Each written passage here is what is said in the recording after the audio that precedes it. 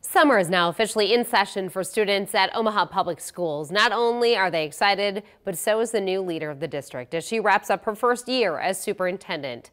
To recap her first year at Nebraska's largest school district, morning anchor Maya Sine sat down with Dr. Cheryl Logan to discuss how her first year at OPS went and what her goals are for next year.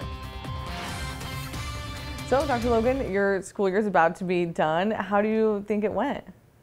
It was a fantastic school year. I got to meet so many people from all over the community, especially the young people who have made me many things, to include not the superintendent, but the super Nintendo. One of my kindergartners referred to me as that when asked by a parent, who is Dr. Logan. And that kind of is really kind of cool in that I think now I'm more of a familiar face, and that feels really good. What was the highlight of the year for you?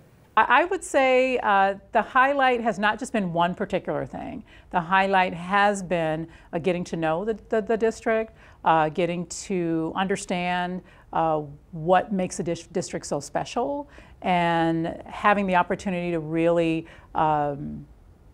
make an impact, hopefully, on what happens for here with our young people. Is there anything you would have done differently? You know, sometimes you don't know what you don't know, and I think that there are always things for me to understand that I probably could have done differently, and I look forward to the community kind of telling me that rather than me, saying, because I think that as much as, as leaders we reflect, sometimes it's good to have the reflection or the feedback come from the people that you serve. I think that probably is the most useful, and maybe to put the two of those together and kind of figure out what those things are. There's only 24 hours in a day. If I could have maybe done something different, I would have magically asked for 28 hours in a day.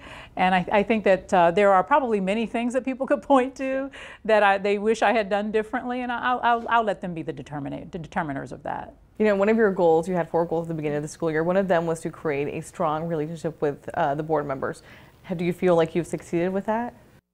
I feel like that relationship is a two-way street, and I feel very good about the efforts that I've made to have a strong relationship with our Board of Education. I do have some systems and structures in place to make sure that we communicate regularly, and I think that that's always the best start. But I feel very confident that we are in a good place, and I'm delighted to continue to work with them.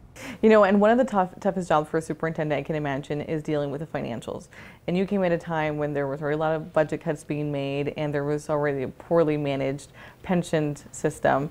What are your plans to get the financials back on track for the district? Well, one is to attend to them and to make long-term plans, because planning for the short term, obviously there are some short-term items that you have to attend to, but the best way to plan is to plan for the long term.